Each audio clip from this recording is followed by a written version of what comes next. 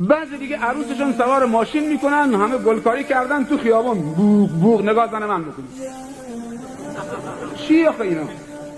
مردم تو راه خودشون میرن با ماشینشون، از بس که بوق میزنن جلب توجه. چه خبره؟ بابا اینجا نگاه بکنید، من زنم آرایش کردم، کنارم گذاشتم تو ماشین، صورتشم مکشوفه، نگاه بکنید. و هی مردم سوت میزنن و کف میزنن تو ماشین. و چقدر تصادفات که نشده. توییتا پر زن و مرد دارن میرفتن تو ماشین، یه لحظه شادی وقتی خبرش راننده رفت به جای دیگه. تصادفات که میشه، ناموسشو در معرض گذاشته. خیلی خجالت آوره که داره بوق میزنه. حتی وارد چه امام شده.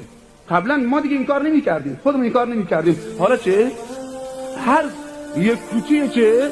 هر تمامی خیابان‌های اون شهر همه بوق بوق بوق بوق. چی باشه؟ این بوق از کجا آمده؟